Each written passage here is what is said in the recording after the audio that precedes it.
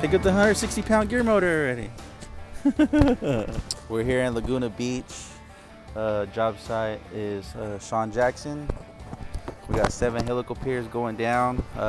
They were calling for depth clause. But yeah, anyways, we got a depth clause. Needs to all hit 21 feet. One needs to hit 30 feet. One only has to hit 15 feet. After that, we're pretty good. We got about 6-foot holes going down right now. Fully chipped, fully ready to install, ready to go. And that's pretty much it, man. This house, it's not down very much, probably about 3/10 of an inch. But just here to stabilize, and that's pretty much it. 7 helical piers, 8x10, 5-foot leads, and 7-foot extensions. This job is for 3 days. They have Wednesday, Thursday, and Friday. We'll be done tomorrow.